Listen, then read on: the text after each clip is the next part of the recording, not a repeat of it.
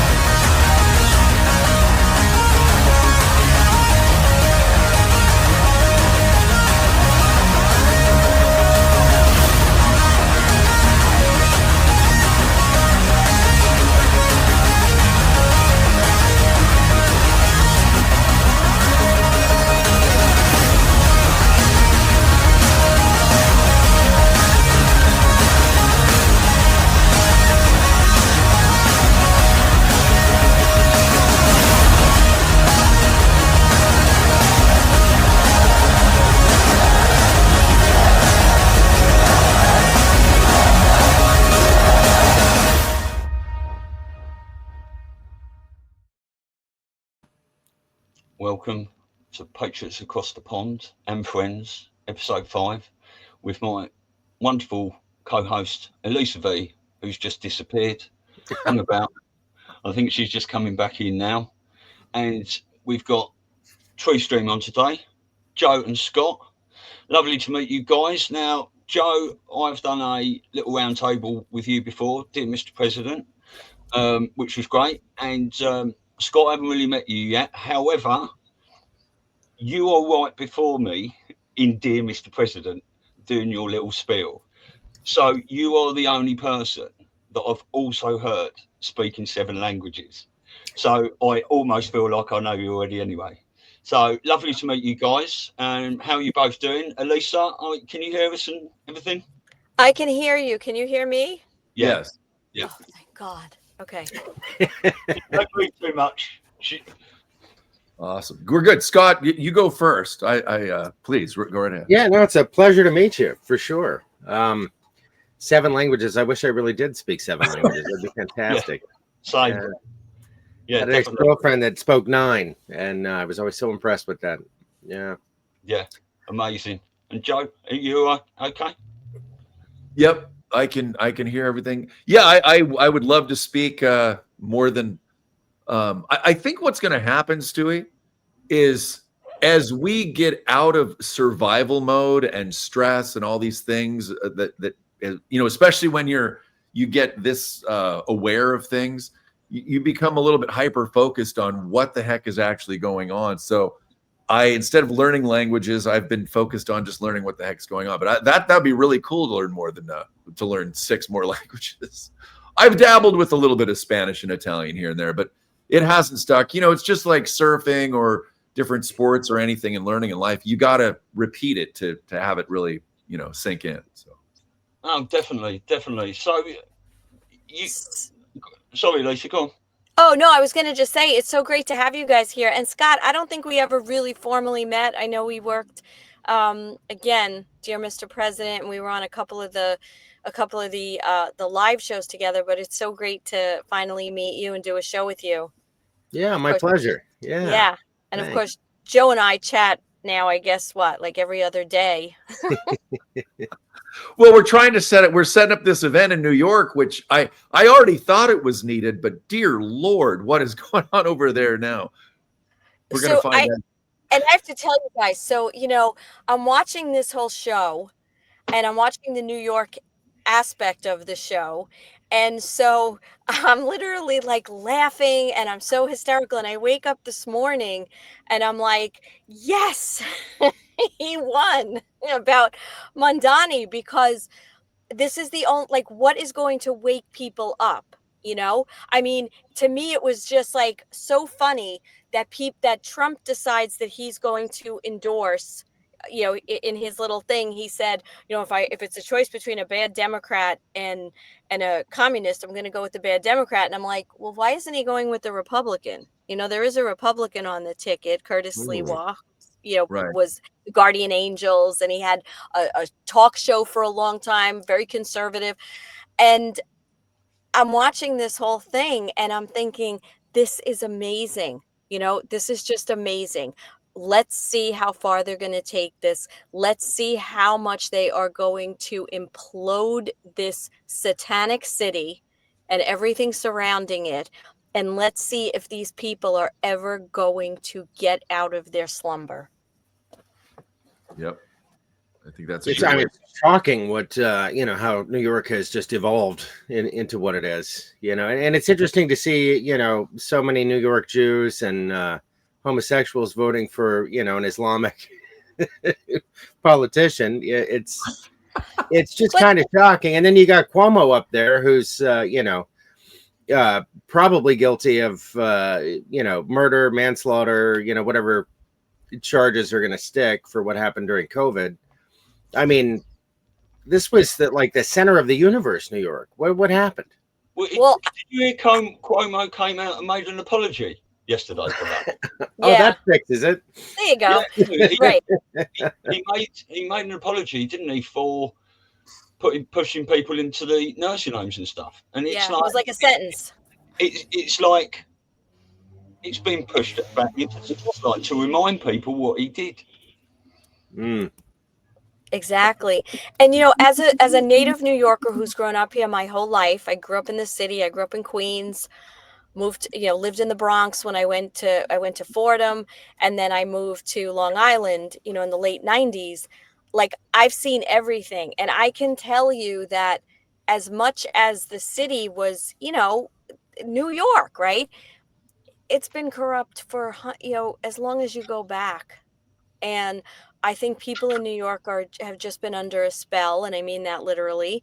And I'm not quite sure at this point. Stu and I were talking about this. We all kind of have been watching this whole thing the last few years, and then we've realized that certain people are really evil. And Stu and I were saying, are they really? Is this part of the movie?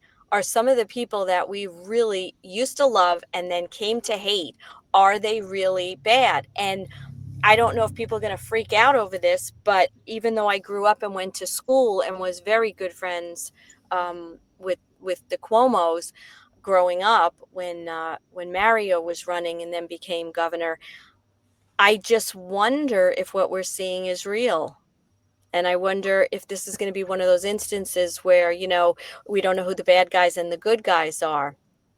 We'll see. Right. But I think everybody's being psyoped. I think the best of us are. Yeah, that's been the burning question for the last decade, I think, is what's real. And I think the answer is going to be even more shocking to us than we previously, thought. Right. It's coming. Yeah. I want to get your guys' take on this. So we can say that Scott and I can say where we worked now because we don't work there anymore. We worked at a fancy schmancy hotel in Utah at the top of Deer Valley called the Montage. And we got there the first year that it opened. And, we thought we were going to be having these amazing bartending jobs and, wearing really cool clothing and meeting great people. It was not quite that. We were wearing what looked to be something that Brian Boitano would wear while figure skating. We weren't doing very good because it had just opened up in the area that Scott and I were in. It was a beautiful, like $30,000 pewter bar, but it really wasn't busy. There was something kind of a little bit cold about that area, and a lot of people didn't congregate there. But one of the things that happened while I was there, and I don't remember if Scott was there or not, I was coming into one of the banquet halls, and I saw Rudy Giuliani in person, and I just had this kind of like, I don't know, it was like a vibration of like, I don't know, it felt very dark to me. So what is your guys' take? I mean, I bring that up just because, we go off of our vibrations and other people's. What is your guys' take on Giuliani? Scott, let's start with you. Do you remember that? Were you there? And what are your thoughts on that? I don't know that I was. Okay. With all my New Yorker friends always talk about, the Giuliani era and how he saved New York and so on. you know, but we're dealing with 2.0s. You know, he presided over the whole 9/11 thing. I don't know. I don't think I have a fully formed opinion yet on Giuliani. I'd like to think that he's a friend, but you know, so many of those situations are curated at this point. Right. Yeah. What do you guys think? Well, the same. I mean, obviously, being from the UK, I only see what I see, and I know he was in the mayor, wasn't he, during 9/11 and all those sorts of things. We've seen a lot of stuff coming out with all these court cases and election fraud, and I do hope he's one of the good guys. But Trump does keep his enemies close, doesn't he? And remember when all his black hair dye started running down his face? Yeah. Oh yeah. Now you could almost say that was a humiliation ritual, couldn't you? Of what we've seen of all these people about. So you know, I have to reserve my judgment on that one for now, but I do think Trump knows what he's doing and who he's got close and who he hasn't. But wasn't Rudy Giuliani a big part of taking down the mafia? Yes. And so that leads to like your local New Yorker here. Clearly, when he came in as mayor, yes, the city did clean up. I mean, you couldn't even walk down 42nd Street, and it became quite, you know, a tourist destination. Things were safer. The city was, you know, pristinely clean at that time. And then, of course, after he left, you saw the slow, you know, with Bloomberg, and then thereafter, you saw the slow demise of the city in every area. And so I think being in New York during 9/11, which was obviously quite traumatic until a lot of the awakening happened. Like I got very awakened about that shortly, but in the midst of it with, you know, 80 people from neighboring you know, towns and my own town, 100 people like dying and never coming home, and constant funeral processions at the churches with, you know, full firefighter regalia, everything, you know, it was very traumatizing. Let's just say that. But after you came out of the stupor of it all, I feel like I loved Giuliani because there was a strength that he brought to the people that they needed at that time, right? Now, we're not going to talk about like that they shouldn't have needed that to begin with, right? But the point is that they did. And I often wondered, just in my own little mind, you know, being of Italian descent and, you know, living in neighborhoods that were very Italian or mobbed up, I often wondered, how is he able to actually do that? Now, I know there's a whole documentary that talks about him and Trump was involved and, you know, how they did all this and did that. But like Stu and like Scott, I feel like because of everything we've seen over the last, you know, 4 or 5 years, it's very hard to tell now because my eyes have been opened so much more about this whole idea of what's really going on and who's connected and all that. So I think I want to reserve my judgment too. And he did come out, you know, very forceful when the election fraud was going on, and he was, you know, involved with sort of what I would call that inner group. I don't know. The one thing that does stand out, and I wonder if it's true or not, he was on an interview once on CNN with Chris Cuomo. And if you know anything about, you know, New York, Giuliani was very, you know, apparently good friends with Mario Cuomo.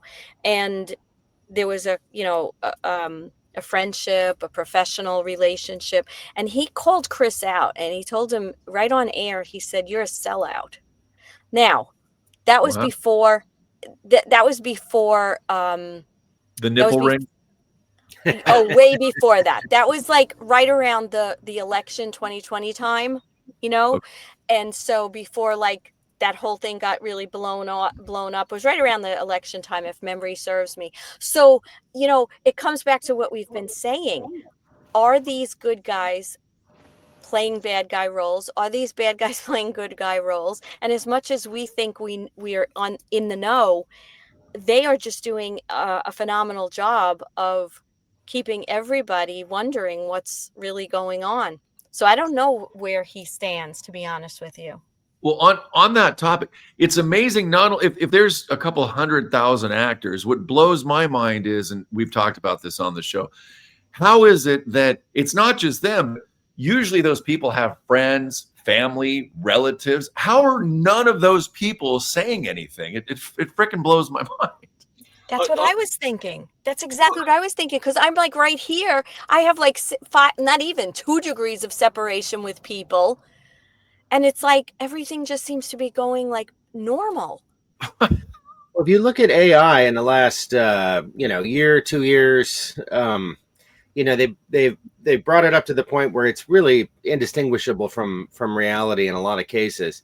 I think that's quite intentional. I think that intelligence agencies have had access to much better, much more convincing AI for a lot longer, and this may be the reveal. But my mother will attest to things, and she'll say, I saw it with my own eyes, and I'll say, did you see it on a TV, Mom? And she'll say, yeah. And I'll say, well, that may not be reality, and there's plenty of examples of that. Show you, yeah, let me just show you a quick little video. Yeah. This is my mate.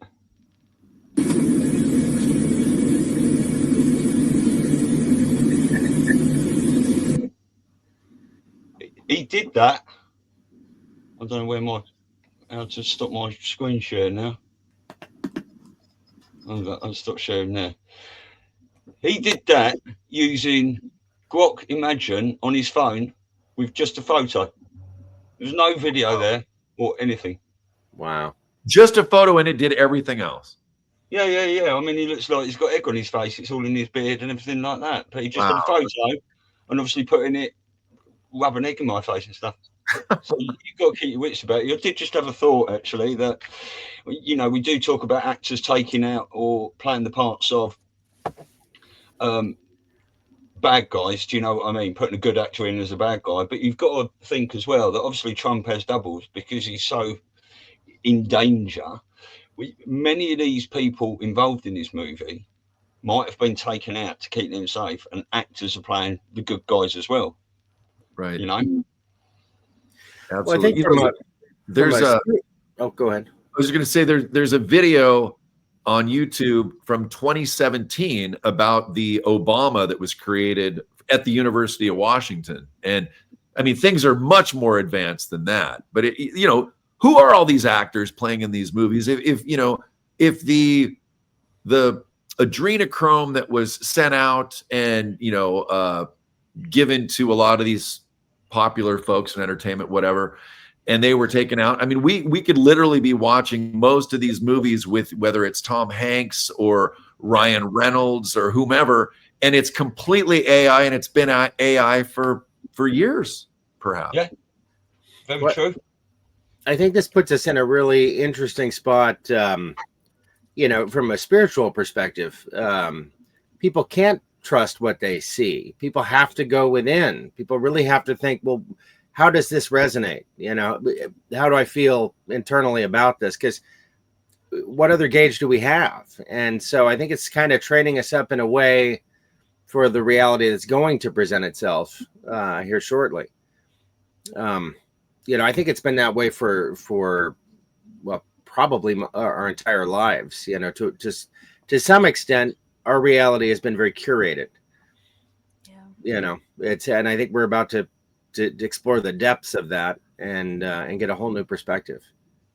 Well, we did say it was going to get more and more confusing, didn't we? And I think it's all been designed to get people to think for themselves, and not just that as well, because this divide that's being created is probably ultimately to get everyone to meet in the middle, because when they do go one side or the other, they are looking in these things more, especially now we've got Twitter back and things like that, they're not looking at down one tunnel, are they?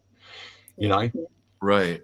And you know what I find interesting? I was reading, I think it was on Twitter today, but they've been saying this, that I think the latest thing that came out of, the RFK camp is that they are looking to get rid of fluoride in some of the children's, I don't know, I don't remember if it was medications, products. I don't have the tweet in front of me. However, to Scott's point about moving more into the spiritual direction, if they are now removing, which I personally believe they've taken it out. That's my own personal opinion, that they've removed it from the water at this point, the water supply.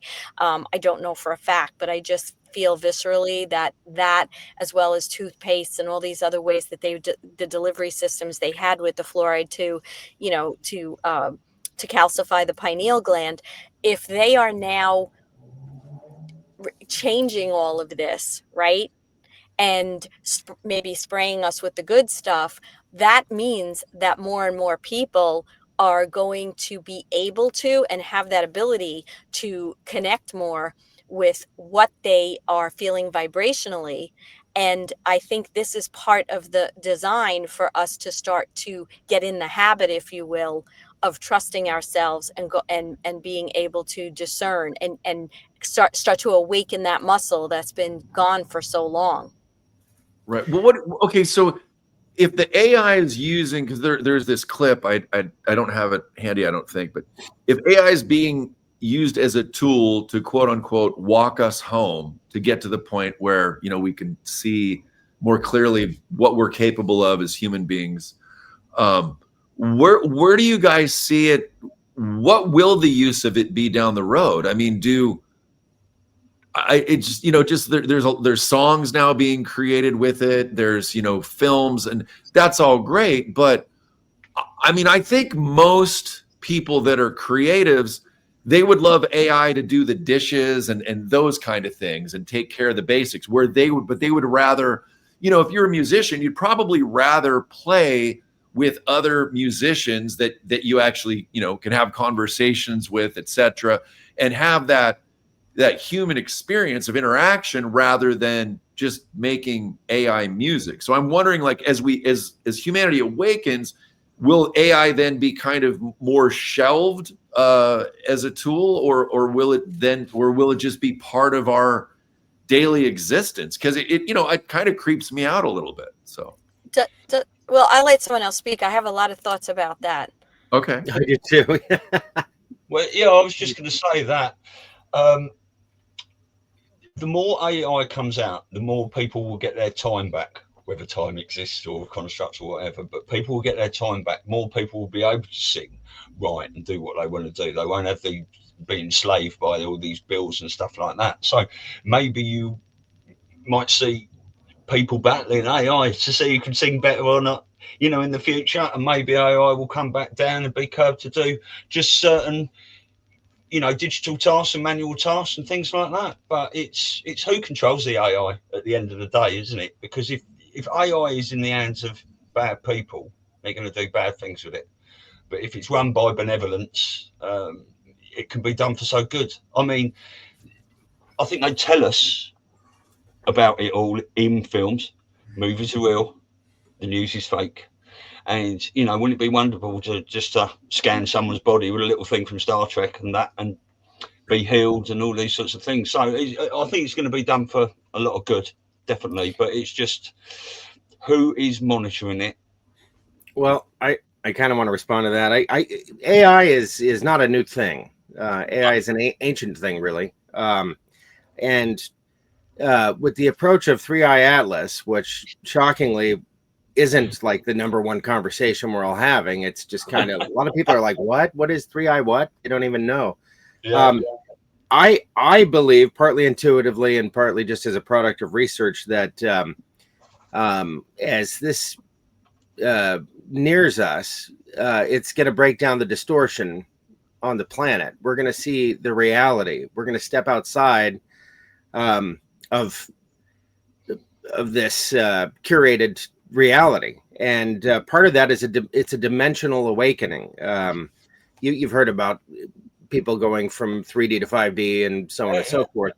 Yeah, well, I mean, I think that's a very practical thing that's actually happening. We're meeting the moment with AI. We have, as Dr. David Martin talks about, 12 cranial nerves. We've got 12 senses. We're discovering an awful lot about what we truly are. And a big part of that discovery is what's real and what's not. And I think we're going to have the ability to discern that readily throughout this process. So that's kind of part of the reveal. I don't think it's just who's running a computer program. I think it's that archonic energy that's been running our reality for a very long time. Yeah. Does that make sense? Yeah, It makes definitely. a lot of sense. And I think we're talking about AI on two different planes. You have sort of what the control structure is that uses AI versus sort of the people, right? So if we talk about the people, I think that over time, like I just see my kids are 19 and 21. They use AI a lot, but they're using it for research. So they're sort of looking at it maybe the way when we were younger, we'd go to the library, right? Then the next generation used the internet, like Google, and now it's AI. And I can tell you personally that I've used it, and I kind of view it like a little friend, in a weird kind of way. I've asked a lot of very intuitive questions to it. It's helped me see things a little clearly, even in like relationships and self-growth. And even in my writing, because I'm also a writer, it's helped me to to pull together a lot of information that I need to then use my creativity to to put that forth. So I think from sort of the general population's perspective, I think it could be a really great tool that saves time and energy, maybe even ignites more creativity through some of the information that you garner. But I think, like Scott was saying, it depends. Like, it could be used for evil too. But if we, as the light workers and the people that are coming out with trying to bring the truth forward and get people to think on their own, if we believe that the vibration of our earth is raising, that we are all, becoming more aware, whether it be by, making our pineal gland more clear and less calcified, and all the other ways that we're cleaning up things, I think that it will probably be used, like Stu said, where we're able to free up. We don't have to go and have somebody pick the tomatoes and the vegetables and work in jobs that are not allowing people to really be themselves. And I think it's going to be a really great thing going forward that enhances our lives. So Great, do you great think, discussion. Scott, do you think 3i Atlas is out there on its own, or do you think there's a massive fleet? No, there's 9 other bodies that accompany 3i Atlas, and you can get into what the number 9 represents, and all the mythology behind all of these figures assigned to this fleet. But ultimately, it's defying everything we know about physics and chemistry and all sorts of metallurgy. Just the observations that have been made. It really is the biggest story ever. But we're looking at it through the eyes of NASA, which NASA, I think in Hebrew, means to deceive. Yeah. And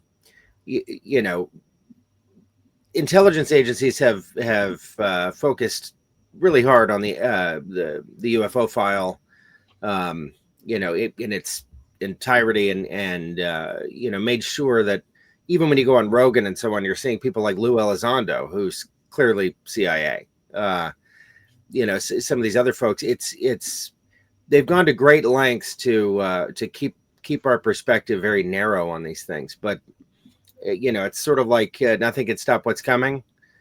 Nothing can stop what's coming. This is a dimensional bifurcation. I've been saying it for years, and with every day I get more and more convinced that is the case. And so there will be those that can see and those that can't, and then that divergence will become greater and greater until it's essentially two different planes of existence.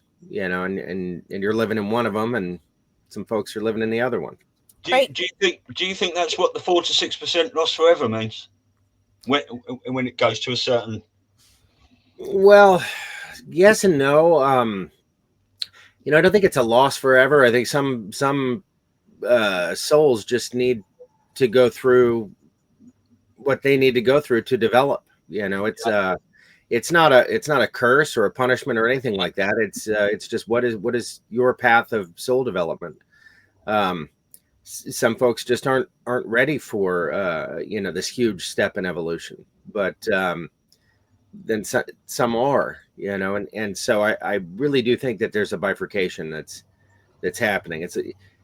It's represented in sacred geometry. It's represented in biology. We've sort of seen the micro example of this. Well, I think energetically, universally, it's happening on the macro as we speak, and we're along for one hell of a ride.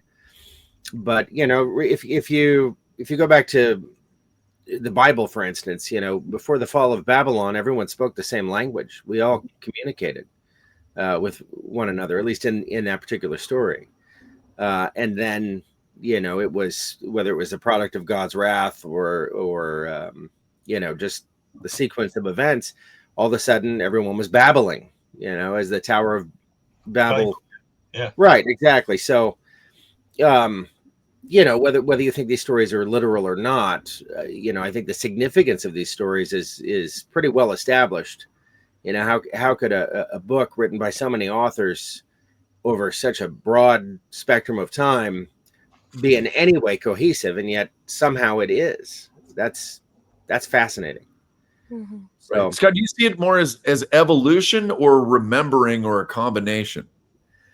well, I think in my mind, those things are kind of interchangeable, but that's a great question. It is more about a remembering. I think people are really focused on the concept of ascension, as if we're going somewhere, and this happens within. This is a process that takes place within. So in that regard, it is a remembering. It's a defeating of the illusion. What happened with Neo in the Matrix? He didn't go anywhere. He just discovered the truth about the world around him, and boy, did that change his relationship with it, didn't it? Yep. I think we're all kind of going through a version of that. Yeah, and I think it is remembering, because I think our history is being part of the divine, and we've been dumbed down, and so even though we're calling it ascension, I think it's almost like we're ascending back to this remembering place. And I just think that more and more people, I think even on a certain level, we tend to say like, oh, the normies, but I do think that if you talk to most people, at least from my perspective, and maybe it's where I am geographically, it's like when you start to talk about something that sounds off the wall to them, right? You could see in their eyes, though, they want that somehow to be, because nobody really gets what's going on right now. So I think there's a hopefulness that people have, but maybe they're afraid to believe it, or to get too comfortable with that the other shoe is going to drop. So I think what that means to me is that there's something being like lightly nudged and triggered across the board, even if maybe we as the truthers and the people that kind of are nudging that process, a little more aggressively. I think it's just that maybe we were the volunteers that came in to get that going, and it doesn't. And, if you get into the whole soul growth thing, well, there's old souls, there's newer souls, it just depends on where they are on the journey as to how much they're going to, be able to kind of see right now. Yeah, I remember, I think it was 2015, 16-ish, I was on a hike and I got just this massive download, kind of life-changing experience. And what I was told was so outrageous that I thought maybe I was just losing my shit. It's like, what? This can't be. And as the years have gone by, so much of this has become real. So much of this has happened, to the degree that I think that the rest of it, however outrageous, is also going to happen. And so maybe that was my anchor point. But I think we all have little anchor points in the truth. It's just, we tend to want to deny that. There's no evidence, according to what we regard as evidence. We're not yet at the point where we can go within for the truth. We're still looking at externalities, and You know, if you're looking at a curated reality, rather, how are you ever going to see anything but the distortion in that? You have to go within to see past the distortion. And I think we're kind of at that stage now. You see a lot of people waking up in a lot of interesting ways, for sure. And those that you mentioned, the normies, you know, who's to say that isn't just part of the distortion? You know, Dolores Cannon called them background people. You know, the idea that these are just, you know, it's just part of the program that's running. They're not actual people. And I think there's a strong argument for that. Yeah. I talk about this with my friend in the gym all the time. And some people are just so vacant. It's like they're not really there. You know, I'm not saying everyone at all, but do you think this is what, because we haven't had a Q drop for nearly 3 years, but BB Maguire was talking about this last Q drop when she was digging into this stuff. I was talking to you earlier, Joe, about this MHFR gene that she's found to do with this Trump saying don't take Tylenol and that sort of thing. I can tell you in a minute. But do you think this is sort of like to do with the very last Q drop that we had? I could just put that on the screen for you because it's, I don't know if you can see that. What is coded in your DNA? Who put it there? Why? Mankind is repressed. We will be repressed no more. Information is knowledge. Knowledge is power. Information is power. How do you protect your DNA? There is a war for your DNA. Protect your DNA. Ascension. You know? Wow.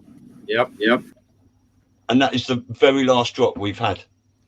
Yeah. It's pretty profound. Crazy.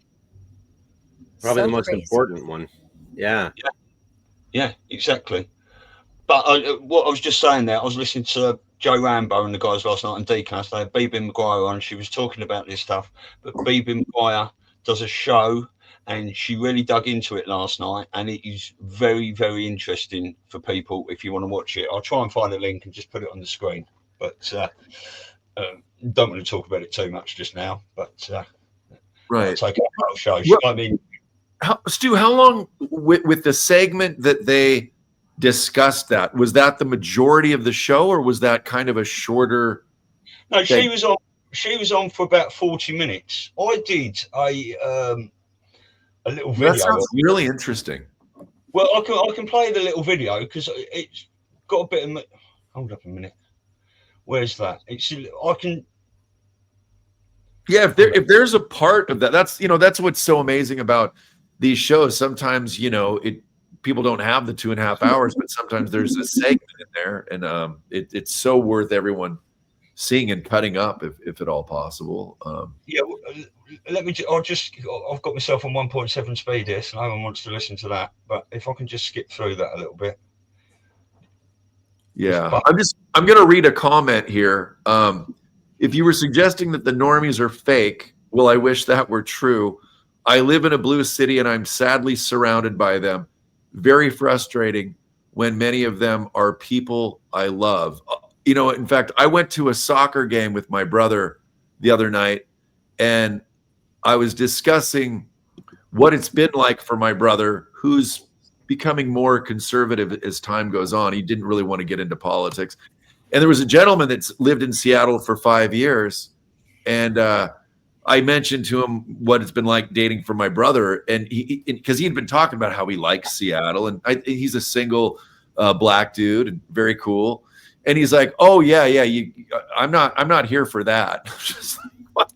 Wow. In this entire city, Seattle is a beautiful city. There are some great people there.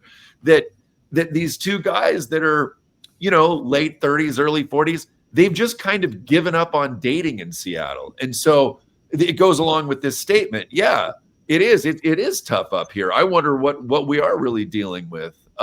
So, yeah, I mean, if you guys want to comment on that, yeah, we are surrounded by NPCs or liberals or whatever you want to call them. Well, I think dating is probably horrible everywhere. And I would say, no, seriously, my kids are 19 and 21. And now when I was that age, I went away to school, but I was out in clubs. We were hanging out in bars. we were right. We didn't have this nonsense. I'm sorry. I'm sort of against this whole 21-year-old drinking age thing. It should be 18. We're trying to make these kids stay younger than they need to instead of starting to, adult up earlier. And they don't go out. They can't go here. They need fake proof. I remember I got like from my friend's older sister, but we didn't have pictures on licenses. You know what I'm saying? So it was like no way to really check if you had the license and it said you were 18, you were 18. And I'm watching these kids like they're going on their phones. They're going through these swiping, to try to find people. I don't know where, if a young person, college age person is having trouble meeting people, how in the heck are people 30, 40, 50, even 60 supposed to meet people? Like, it's such a strange environment out there. God, if I could respond to that, please. So social media, as a whole, has really done a lot to change how we interact with one another. It used to be, you'd meet a person, their vibration, their aesthetic, their character, everything kind of moved you in a certain way. You got to know them, and your emotions were kind of genuinely about this person. But now it's like everyone has a list of expectations because social media said this is what you need, or this is what you want, or this is what you deserve, or whatever it might be. And that's not indicative of an individual. That's an archetype, and everyone started looking, for this archetype or whatnot.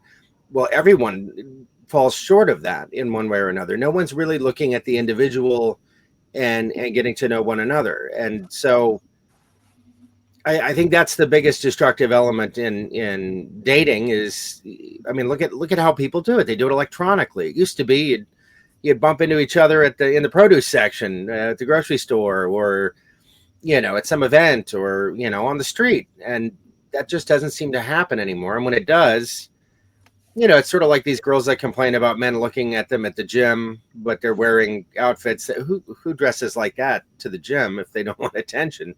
It's these patterns, right, but Scott, like, that's how it worked. Like, you saw someone, they were physically attractive. It gave you that impetus to say, maybe I'll say hi. Now, of course, when you meet the person, maybe they're not what you were interested in, but there's nothing wrong with that. Do you know what I'm saying? Like, and now you go on this online dating, it's like, first of all, so when I first got divorced, my sister was like, you have to try to meet people. I was like, I honestly don't want to meet anybody. Like, I'm a sole parent. I just want to come home and like go to sleep at the end of the day. But I went on and I was off in like probably like an hour.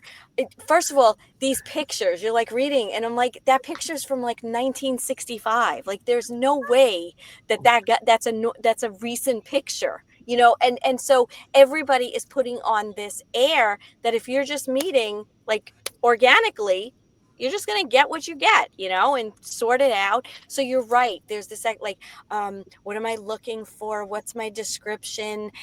What kind of person? Do you really know that until you meet someone, and then you get sparked and that starts to happen and you start to figure out? And so it's become so mechanical.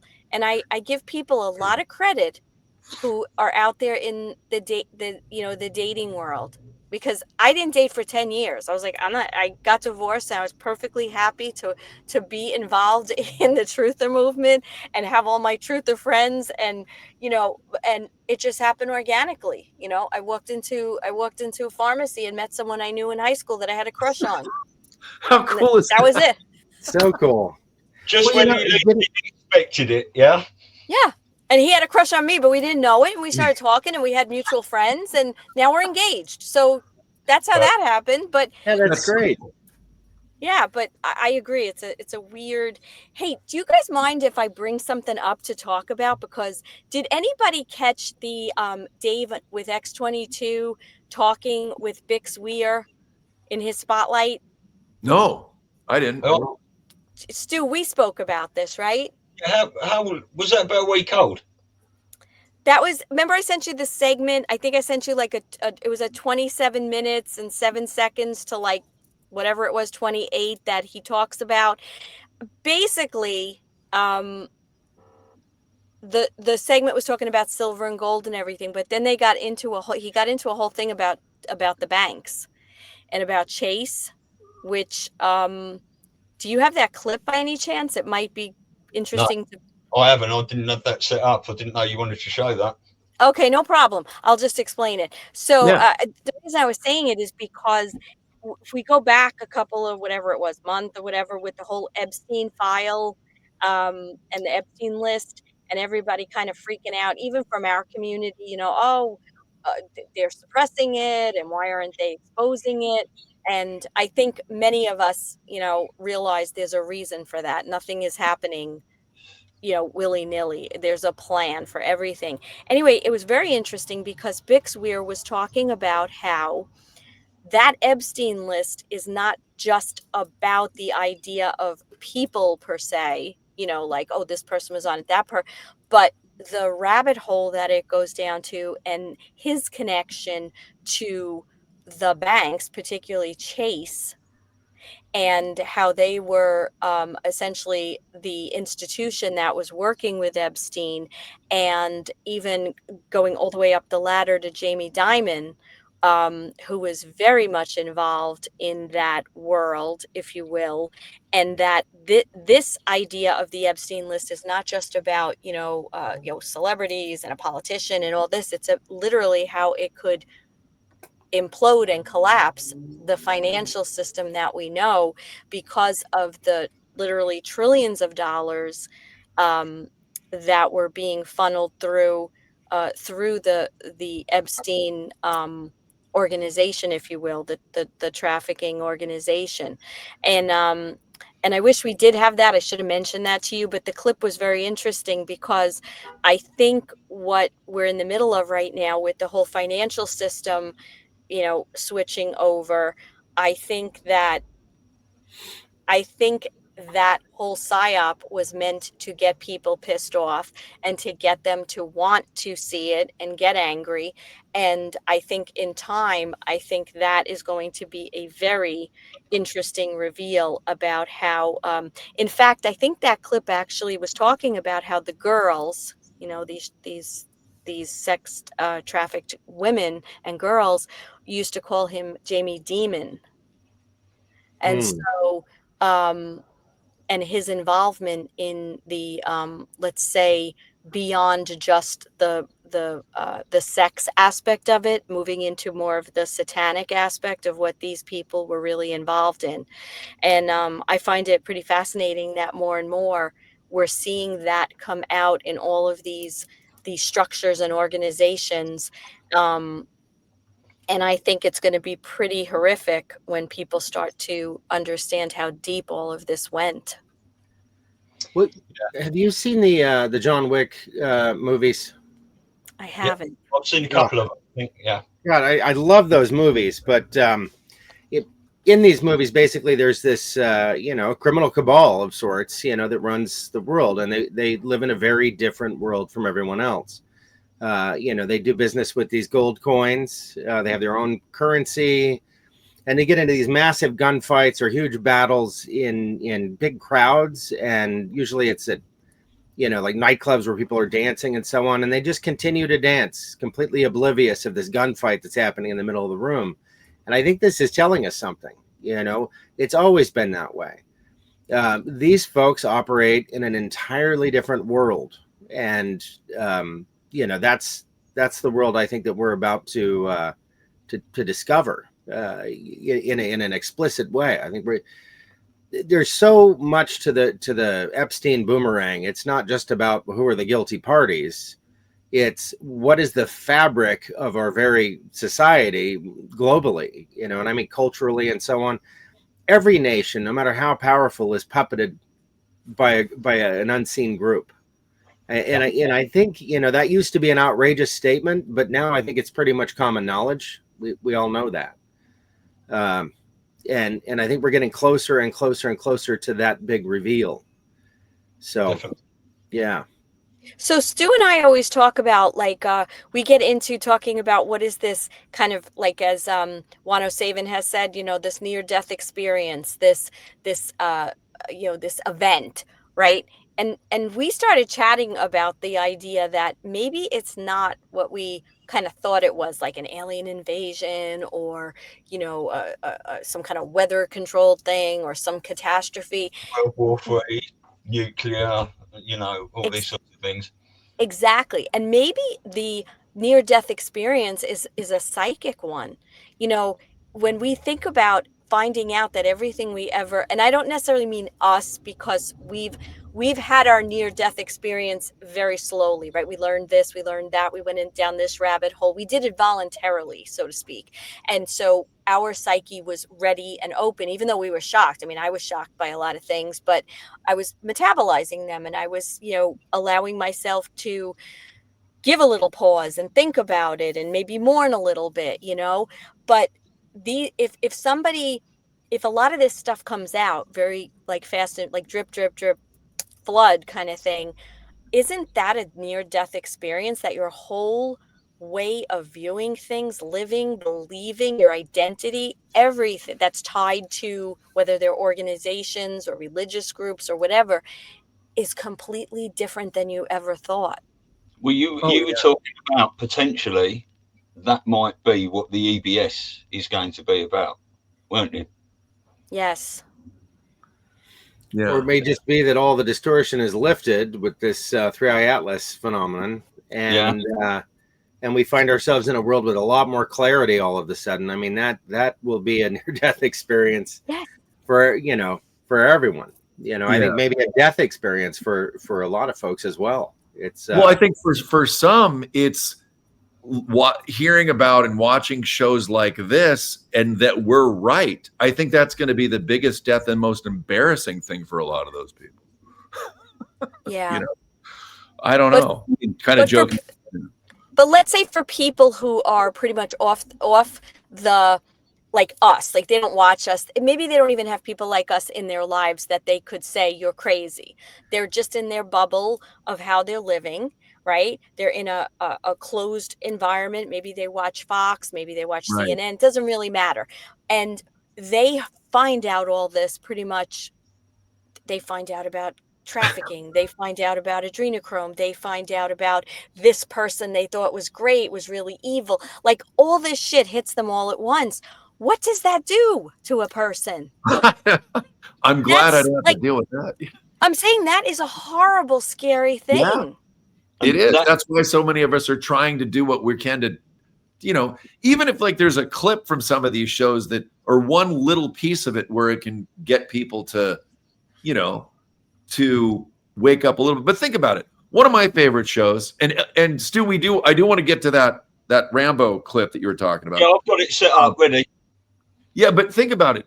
Some of the biggest shows, whether it's LT on And We Know or X22 Report, these guys don't even have 1 million followers. And yeah, that's a lot. But for 1 billion people, I mean, yeah, there's the Tuckers, there's the Candace Owens, but a lot of people can't, they'll look at them and they can't even take it seriously. It's like, what are they, where is it going to come from? Because some people have just given up on any kind of news at all.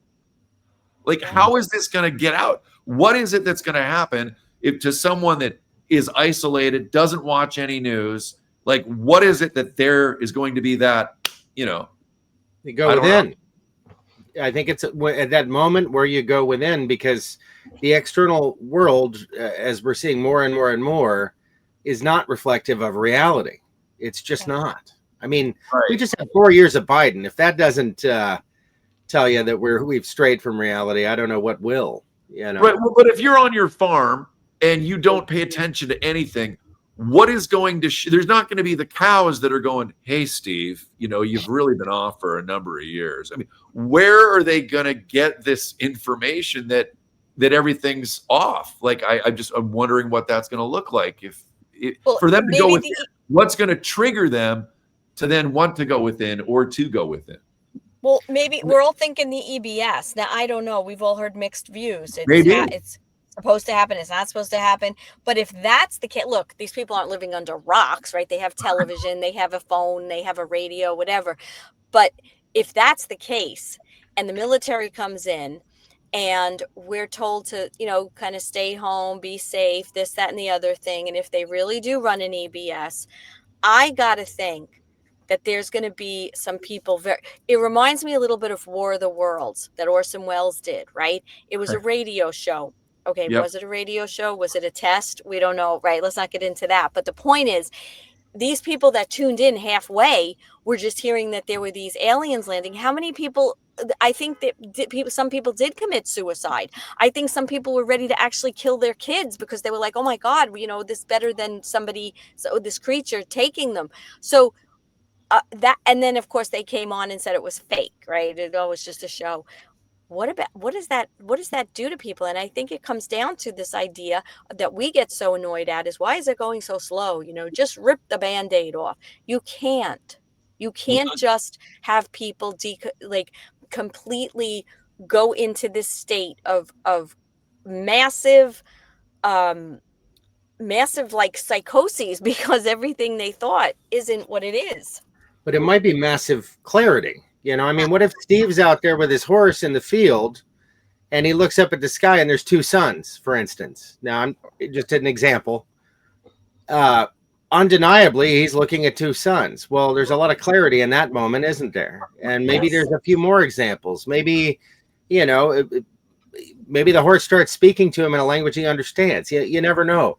I'm just saying, I think our reality will be presented to us in a way that will provide a lot more evidence as to what our reality really is than anything we're working with currently.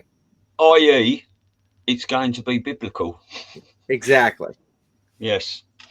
There you go. So maybe, there's not many people that haven't got a screen that an EBS will come through to, but whether it's an EBS or not, it will be, Bo Polney talks about this and all these sorts of things. People are going to know the hand of God is involved. Yes. In this moment. So an EBS coming through like that doesn't really say that, does it? It's got to be something more. But we shall see. Do you want to watch this clip then? This is absolutely. This is about 8 minutes long, but this is really important because this is talking about everyone's health and what they found with Trump talking about Tylenol and stuff. I'm going to mute myself now.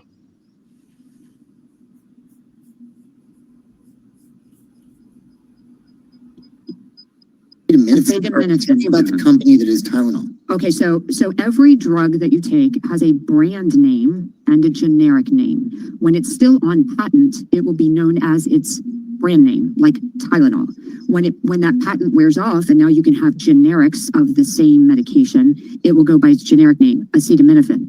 And in that same press conference, Trump did what Trump does so beautifully, is he pretends that he's a ding dong. Am I doing this right? Right? It was one of his clumsier attempts to sound like a dumbass. Yes. And I was just like, and I'm like, that's art of war right there, baby. But it was like clumsy, really making sure that those of us who had a functioning brain cell knew that he was completely full of shit. Absolutely, Patrick. Absolutely. What's that word? Yeah, right. But all that did was bring more attention to what they were talking about, right? But the fact that he said off, that pivot that you're talking about, Dave, don't take Tylenol, it's bad. I go digging. I start digging. I discovered this little gene called the MTHFR gene. Yeah, put it out on paper. It looks exactly like it looks, like the curse word, the MFR gene. And what I found absolutely blew my mind. I started taking methylated folate the next day. Turns out in the late 90s, our government changed our food supply in a way that half of the country can't process. And then they told us all that Tylenol was safe, while Tylenol was draining the one molecule that half of us need to detox and think clearly. And then over the subsequent decades, what did they do? They changed the food pyramid and told us eat 6 to 12 servings of grain while they sprayed this all over our grains. And then they told pregnant women, you need to take this while you're pregnant so your babies don't get neural tube defects. And then they increased all the processed food, adding additives and chemicals. And then they started cloud seeding and spraying heavy metals into the sky, and all the food dyes and the plastics and the fluoride in the water. We're inundated with toxins, and half of us can't clear them because of this gene mutation that they kept from us. Go back to that press conference that Trump and RFK did. At the very beginning, the very first thing that Trump says, I've been waiting 20 years for this meeting. And I'm like, 20 years? Oh, 20 years. I'm not very good at math, but that takes us to 2005. Guess what was going on in 2005 that none of us knew about? They were releasing toxicology reports on Tylenol reducing glutathione. They were talking about this gene variant and how it was affecting our ability to detox. And that was all kept from us. 2005, 20 years ago. So anyway, I think that RFK and Trump knew this. I think they've known this. And I think that this potentially is going to be the dot that connects all of this. Our chronic illness epidemic, the autism. We're going to connect all the dots tonight, 8 p.m., Doses of Deception. The only rationale would be that they had to go up against the system and take control of the system before they could expose it, right? Yeah, yeah. But I think that what we are seeing, and again, to tie this all back to the beginning of what we were talking about with Flynn and that whole thing that we attended, right? And this whole need for the independent media ground game. Okay, so there's the public, and the public is going to respond to things much the same way that I think initially I responded when I heard Tylenol. What do you mean Tylenol? Give me a break. It's Tylenol. We've been using Tylenol for years. What do you mean Tylenol is bad, right? But the average person isn't going to stop and take a little inventory, right? And go, oh, whoa. What are you trying to say to me here? Is it possible that maybe I was wrong in my understanding? The average person is just going to dismiss that new information because that's what cognitive dissonance does. What you're telling me bucks up against my firmly held belief, so I'm going to dismiss you. But the way that Trump communicates, he communicates in such a way that those of us that are awake and paying attention, he gives us just enough of a crumb that it makes people like me, who got taught how to research by the Q team, to go, I think I'm going to go dig in this. And then we discover, and then what are we supposed to do with this information? Am I supposed to just sit on this and take my methylated vitamins and get well myself? No, I'm supposed to share it. And then we're supposed to share it. And then we begin the groundswell that forces the conversation on the public stage. By the way, I went and got tested. I have the gene mutation. I will be walking the audience through my lab values, what I found. Yeah. I'm really excited for that. But maybe what it would mean, the reason it's important is I actually saw somebody say maybe that's why Dave isn't feeling well because he's detoxing. Well, it would actually explain if I do have that gene, and I haven't gotten tested yet, but based on a long conversation with BB yesterday, I bet I do. When I was researching it, I kind of knew I did too based on my symptoms. I was like, right. I would absolutely bet I have this. I need to go get tested. Yeah, and I'll tell you the reason why I believe I do is because if you do have this and your body is not producing glutathione, which is the most important thing to detox, then guess what? All the red light therapy, all the chiropractic, all the detoxing, all the diet changes in the world are only going to get you so far. And that's exactly what I've experienced over the last 3 years that I've been fighting this crap. You can try every one of the best supplements, every one of the best, do everything in the world, which is exactly what I've done. I've done and tried everything under the sun, and I've gotten about 50% better than I was 3 years ago when I started doing this. Well, I take like 18 supplements a day. I have a red light therapy in my, big red light box upstairs. I do all the things, don't eat any of the processed crap, all the things that we've learned over the last 5 years since I woke up. And yet I'm still like 75% there. I'm still taking the stupid thyroid medicine. I still get migraine headaches. I still have the fatigue. Yep. Yeah. I still don't sleep, like all of it. I'm sorry. Well, I got a question for you, BB. And there's just something I see like just slightly contradictive, at least in my perspective now, and that's why I'm asking you the question. So as somebody that's done a lot of damage to their body, right, and with my history, my liver is something that I have to focus on when I go see my doctor because of some of the things I've put my body through. But why is it with somebody that may have some level of liver damage, or at least put themselves in a position where they've had to go through treatments to make sure that their liver functions correctly for the rest of their life, why would they then go and say, hey, stop taking that Tylenol? You see what I'm saying? Yeah. Why wouldn't they tell you to stop taking Tylenol? They do. That's the very first thing. Don't drink, don't take Tylenol, don't. Yeah, because Tylenol is metabolized in the liver and it produces, so it's metabolized in the liver using glutathione. So Tylenol depletes your glutathione, which is the way that your body detoxes, all by itself. Then you add, the fact that maybe you have this gene mutation. Now you're even lower on your glutathione, add Tylenol, and now you've completely gotten rid of any ability to detox at all. And Tylenol, when it's metabolized in the liver, can cause liver damage. It has a toxic metabolite called NAPQI, NAPQI. And again, if you're depleting all your glutathione stores, you can't detox that because the way, like, for instance, heavy metals are bound to glutathione and removed from your body. So if you don't have enough glutathione, you can't remove these heavy metals. And like for me, they end up stuck in my thyroid. So then my body goes, well, those aren't good. That's not a good thing. Let's make some antibodies against those bad things in your thyroid. And my thyroid destruction is just collateral damage. That's how this works. Heavy metals. And then I go and I eat mercury sushi rolls every night, like 7 nights a week. It's fucking... I could wow with that, but you get the gist. And obviously she did almost 3-hour show on it, going right into it last night. Yeah, I just retweeted it. Now I understand why Dave from News Treason reached out to us about Ethan Lucas's glutathione B12 D3 supplement. I mean, it's Serona. Right. Serona, exactly. Wow, that's incredible. It really is the key. And, it's interesting with this MTHFR. My sister told me about this years ago that she was tested for it. She said it's a genetic defect. So because we have the same DNA, I most certainly have it as well. Well, I went and got tested for it and I don't have it. So I think there's a lot of disinformation around what it actually is. I don't think it's just a DNA thing. Whoop, you're muted, Elisa. Lisa. Yeah, I think it's a combination of many things, Scott, but that just being one of them. They've attacked us from every angle, haven't they? Yeah. And they are very, very clever. That's how they've kept us under control for so many years without us knowing about it. What I was going to say, Scott, is that I didn't get through the whole show that she was talking about that she did on her own, which, Stu, I think you watched, right? I watched like half of it.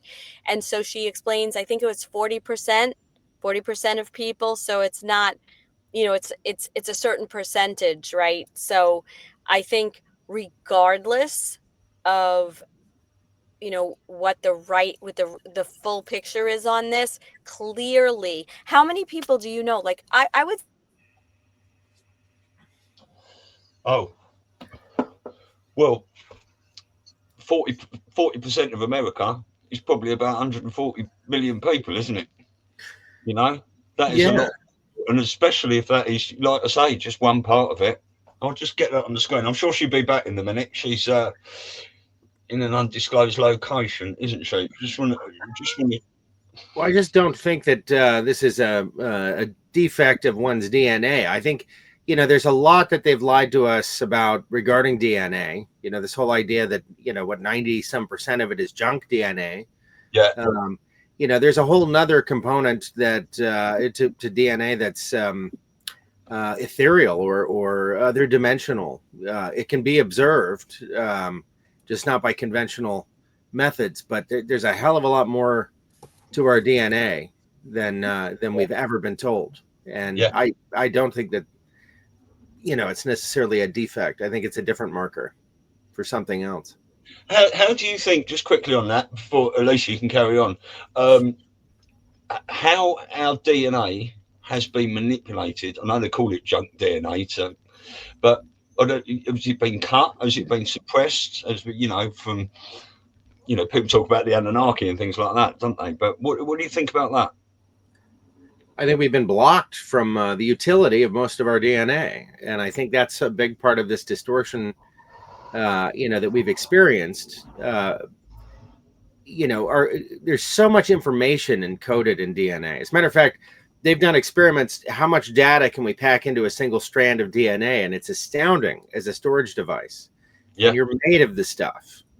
And you know, when you look at what you're made of, it's mostly empty space. You look at the universe around an atom; it's vast. You know, so much of these things that we believe to be truth really ought to be challenged. And you know, I think we're definitely getting there. But all that information, I think, is what we're kept from. You know, you talk about like the soul trap, and when you die, and you know, you come back and your memory's wiped. All that information's there. This is a going within, not a descending to a destination. You are the destination. That DNA is all that information, all the missing pieces, and I think we're getting closer and closer to unlocking that. Yeah, definitely. Elisa, what were you saying before you cut out? I don't even remember because I just had like a little rage attack when I got knocked off. So, but the thing is, I have to apologize, guys. I'm going to, if anybody's aware of the Swell, the event that's happening in New York today for XRP, and there's a party tonight. So because of logistics and being able to get there, I had to get myself to Brooklyn so that I didn't have to come from Long Island, and so I could go in. So that's why I'm literally coming to everybody from inside my car using my hotspot on my phone. And that's, so I apologize for the disruption that I keep going in and out. But no, I love what Scott just said. I caught that. And I think that's probably one of the biggest lies that a lot of the religions have told us, you know, that you have to go outside yourself and that God is separate and all these things, you know, and yet I don't really think that's what Jesus said, but it's what the religions promulgate to keep us disconnected from ourselves, disconnected from source, and pulling away from the knowing. Because, you know, everybody is psychic. Everybody is able to tap into that. It's like a muscle, whether you believe you can or whether you have developed that. And I think this is part of what the Great Awakening is all about. How many of people in our community rely on research, but then ultimately when we talk, it's like, no, I feel it. You know, I just know it. Because we've learned to trust ourselves. So well said. Bless her. She got that out, though. It was so well said. Yeah. Just in time. Yeah. I have to totally agree. What do you think, Joe? No, I do. Oh, I thought she was coming back for a second. Yeah, she is. well, here, let her. You're not doing it again, are you? Yeah. Is there anything that you were cut out on saying there, Alyssa? Am I back? I don't know. Yeah. Oh, okay. My screen is all messed up. No, that's really what I was saying, and I think we're all feeling that. You know, again, it's feeling. It's like within us. It's like somebody said to me the other day. They're like, "Oh, you know, you look a lot younger than you are," and I said, "Well, it's because it's intentional. You know, I don't drink, I don't smoke, but I also tell myself every day and give that message that I'm very young and I'm not aging, and I visualize my telomere." Telomeres. Yeah, we've spoke about this. It's not about any sort of arrogance or anything like that, but you have to love yourself. You have to be able to look into the mirror and tell yourself you love yourself, because that love you generate for yourself generates outwards to other people and it affects other people. So true. Yeah. Oh yeah. Elisa, you're back? I'm back, but I'm going to shut up because no, go on. Just don't move. Just don't move when you're talking. Right. Go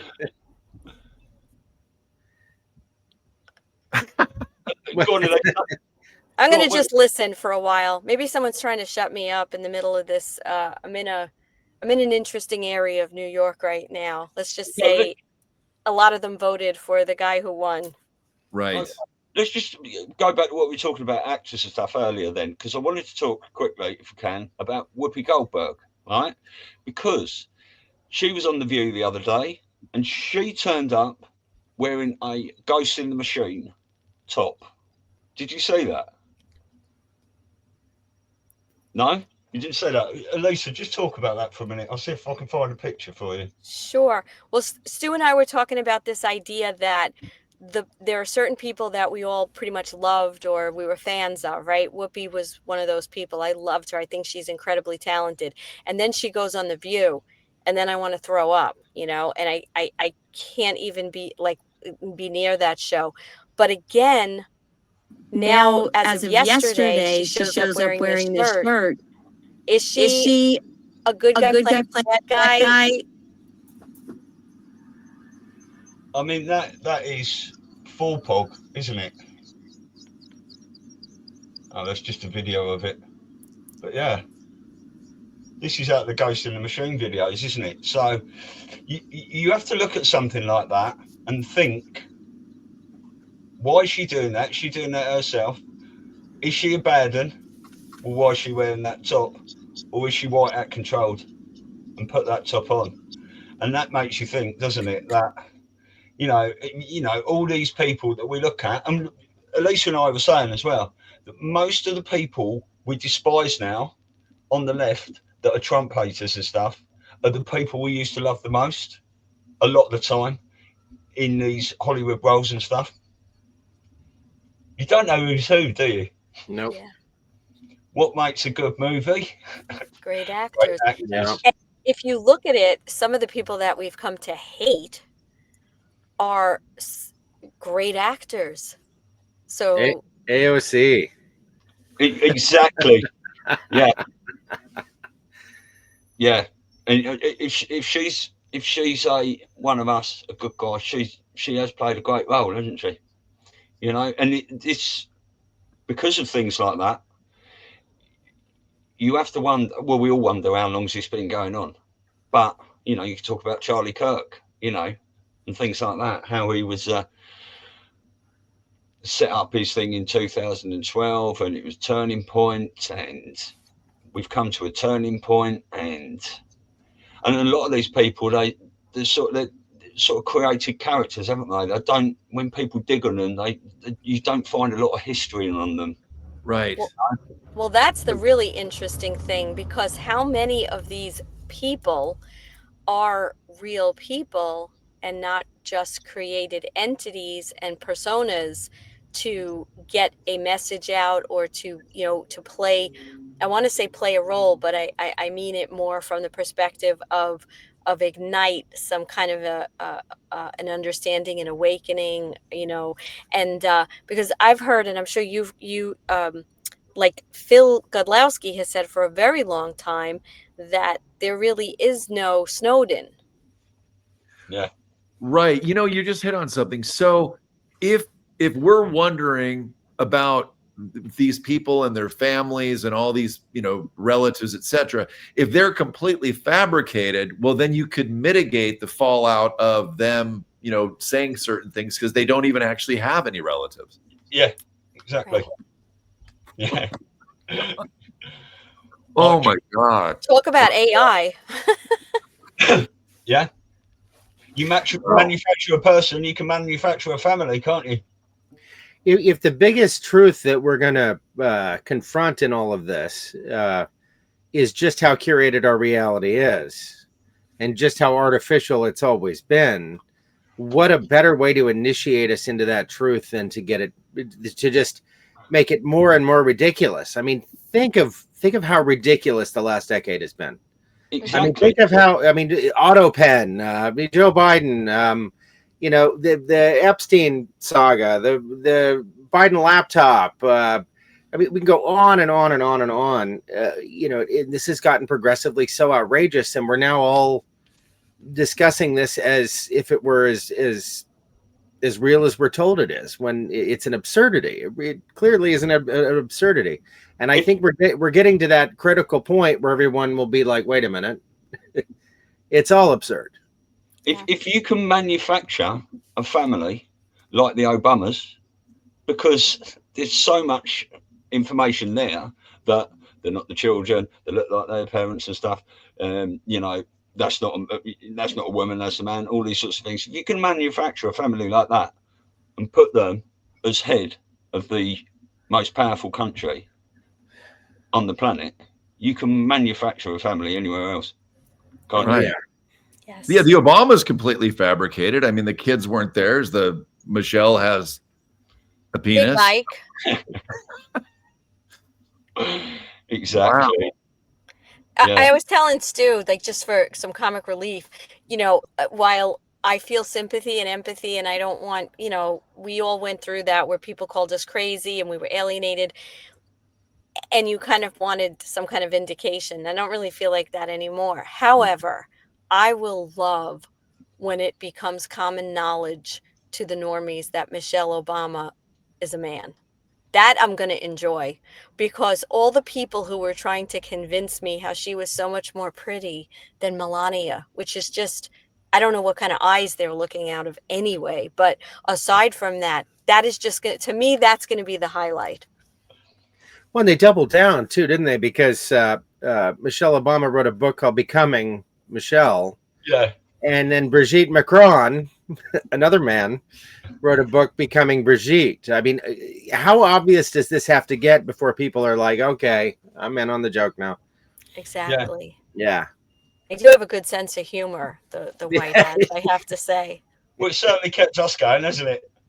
I mean, without Joe Biden, right, and obviously learning about devolution and stuff, if that kept the Awakens going, didn't it? The animals going. The Biden show, you know, watching him his neck and pulling a bit of rubber like that, and his chin hanging down, and you know, all sorts of things like that. And his hand going through a microphone, and his head disappearing when he's, you know, the CGI and stuff like that. It's just, we are watching a movie, and it's brilliant if you're paying attention. Yeah, and even the things like, I mean, if you think about it, him falling up the steps, falling off a bike, like if this is the president of the free, you know, of the most powerful country in the world, and not only is it absurd and ridiculous, but that's so disrespectful. If that was really him, you know, that people are laughing, right? And so you still don't realize how it may not be real. Yeah. Right in your face. Yeah. Isn't it? Oh, yeah. What? How long you got, Joe? Because you said you had about an hour and a quarter, didn't you? Yeah, I mean, I could probably go another like 10 minutes. I have to take my mom to meet the person who's likely taking care of Gigi relatively soon here. But I do want to send you. Have you guys seen the Michelle Obama is a Man song? Yeah, maybe, but it's pretty short. It's he says Michael. I mean, I put it in the chat if you want to pull it up. It's a great little ditty. It's a little kind of punkish, you know, kind of Blink 182-ish. It's a great little ditty. If people, I'm sure most of our audiences have seen it, but you'll have to share your screen because BitChute doesn't work in the UK now. Oh, it doesn't? No, they shut my YouTube down years ago, so I went and loaded everything up onto BitChute. Well, here we go. Yeah, I think I can do that. Here is about 2 minutes. Let's give it a whirl. All right, here we go, everybody.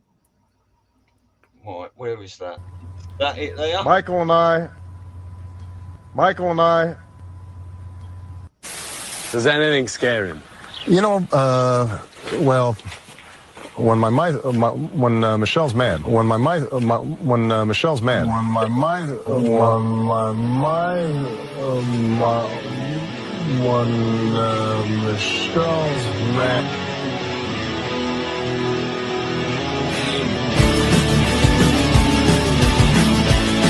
Michelle Obama is a man.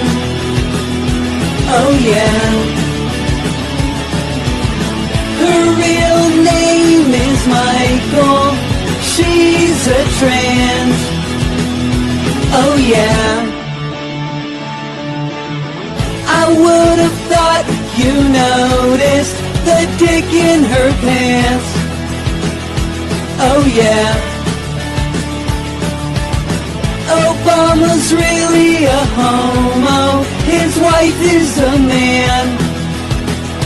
Oh yeah, they had the country fooled with it. They really had us fooled. They had the whole world fooled with it. Yeah, they had us all fooled. Michelle Obama is a man. Oh yeah. Her real name is Michael. She's a trans. Oh yeah. I would have thought you noticed the dick in her pants. Oh yeah. Obama's really a homo. His wife is a man. Oh yeah. They had the country fooled with it. They really had us fooled. They had the whole world fooled with it. Yeah, they had us all fooled. They had the country fooled with it. They really had us fooled. They had the whole world fooled with it. Yeah, they had us all fooled. And do you think that the country will see the United States will see the first gay president or the first woman president? We already have it with Obama, so let's just calm down. Got it. You know, Michelle is a trans. I'm sorry, she's a what? A transgender. We all know. Oh my gosh. I'll tell you something. If we have got actors out there playing these swamp creatures, she is definitely Nancy Pelosi. Oh my gosh, you're right. And that whole thing with the, you know, the reporter walking up to her and looking, that could have all been curated to just help plant the seeds. Yeah, maybe she's not dead. There you go. You know. Yeah, she does keep showing up in groups. You know, it's pretty stunning. I keep seeing this character. I saw it yesterday. There was just this group of people, and there she was right in the front. And man, that was Joan Rivers. You know, obviously with a wig, but yeah. Wow, amazing! I'll tell you that Obama family as well. You've never seen two kids look so much like their other parents, have you? Exactly. You know, they are spitting images. So I'm excited for the future. What do you see coming down the pipe or the pike, whatever you want to call it? Well, I think there's a lot of talk, obviously, about what's going to happen in New York. Is the Insurrection Act coming? Or Trump's going to sign an executive order? Blah blah blah. But what do you see for the forthcoming few weeks, months? I think you know, and we talked about 107 had mentioned it. The Q drops have supported it. I think what's happening next is going to happen outside of politics. I think this distortion is going to get lifted. I think it is going to be the hand of God moment. You know, I think that's coming very quick. You know, first we have the Charlie Kirk incident that I believe is the gateway to saving Israel for last. I think we're gonna see the truth as a planet together about that whole situation, and then I think this hand of God moment's going to happen, and it's going to trivialize you know, all these remaining bits of the movie, so to speak. Yeah, people will see the truth at that point. Yeah, just a hunch. I'm excited. I'm excited. What do you think, Joe?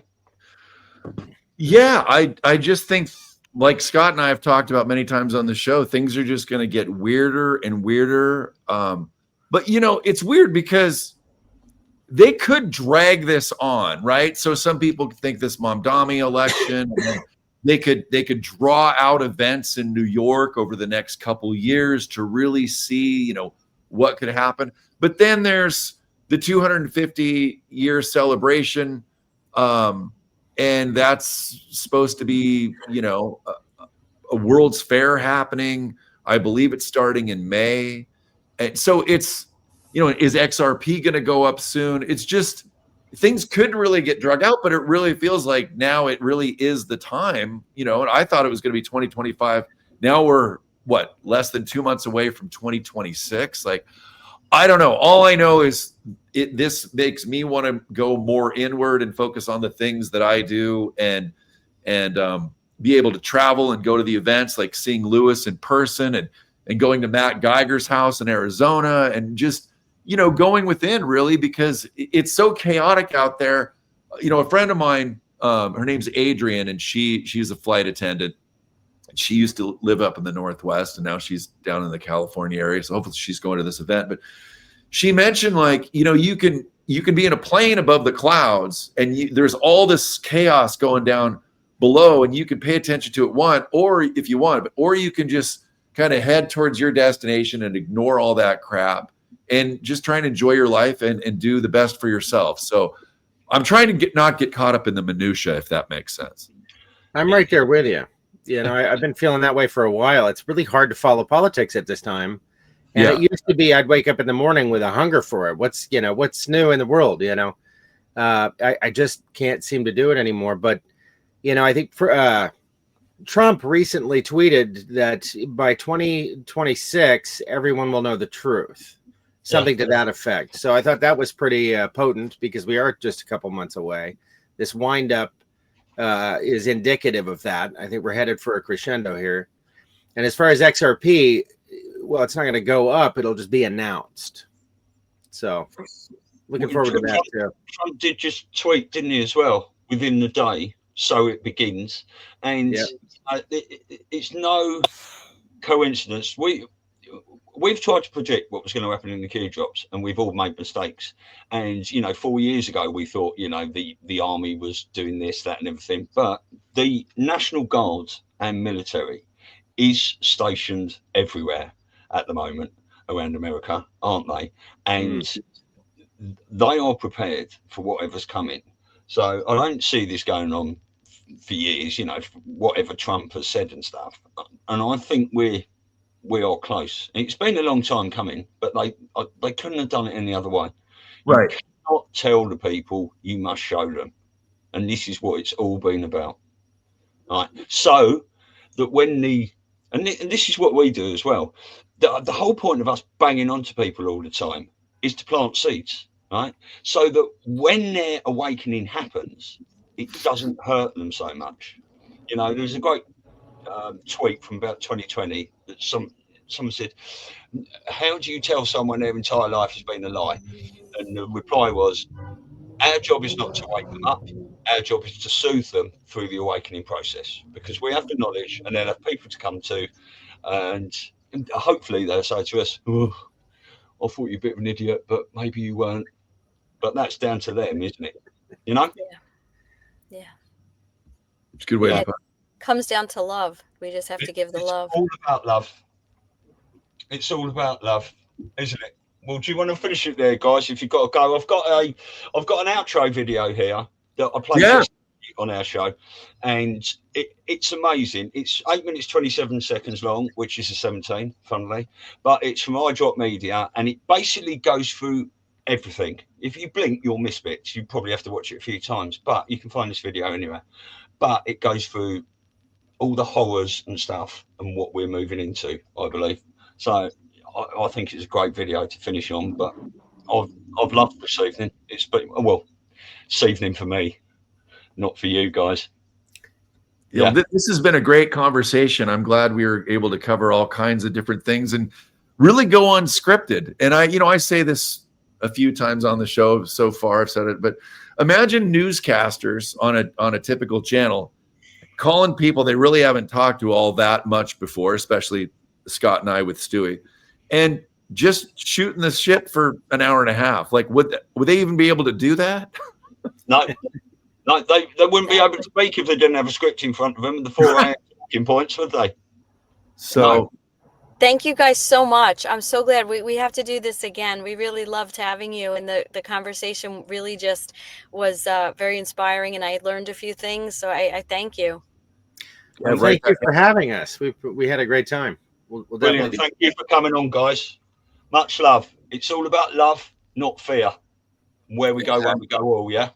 Exactly. Well and said. if you guys are on X or wherever you are, I put the links to follow both Stu and Elisa, and down below Rumble as well. So they're great patriots. And Thank and you. Elisa. So just to let folks know real quick, all of us are going to be speaking in New York on can you you say it, Elisa? It's We're finalizing some of the details and to be continued, but we're going to be doing the New York Awakening Summit. It's going to be April 10th and 11th. We're firming up the location right now, but it's probably going to be right outside the city limits on Long Island. And we have such an incredible roster that we're looking at. And of course, Joe and Scott are going to be there. Stu and I are going to be MCs and may speak a little bit too, but we have some amazing guests. So to be continued. So just mark your calendar, give you more information. Awesome. I look forward to it. And I've had so many channels deleted. I'm trying to build my Rumble channel back up. So if anyone can go to stuesnews.uk and follow me on Rumble, all our shows are on there. So we'll do this again, yeah? Yep. Brilliant. All right. Take care, guys. Take care, everybody. Bye.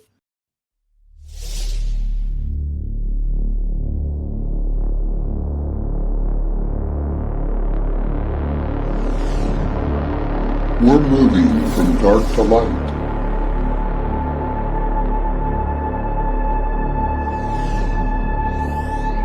This is the Great Awakening.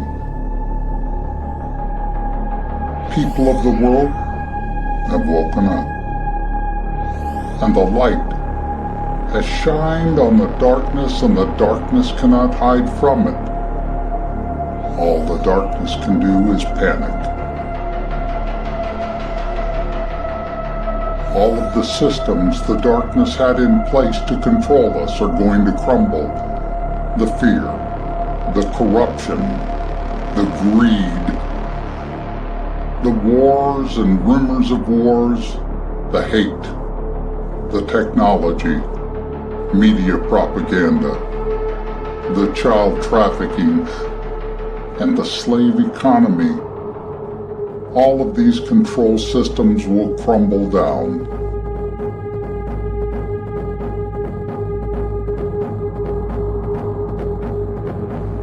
The darkness will collapse in only a few countries at first, but other countries will soon follow. We will unite against the dark.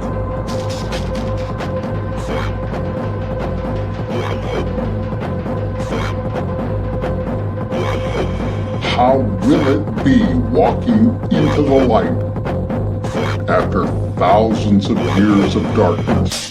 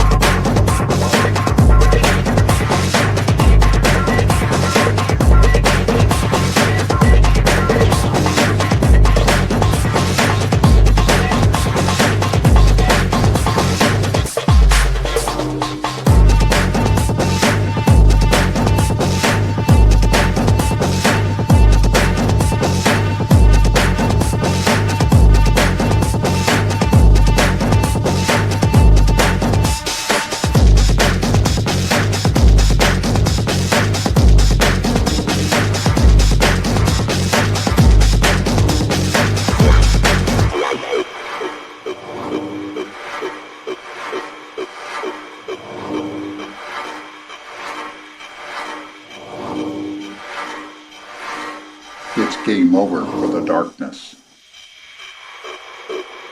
Are you ready for the light? Welcome to the new Earth.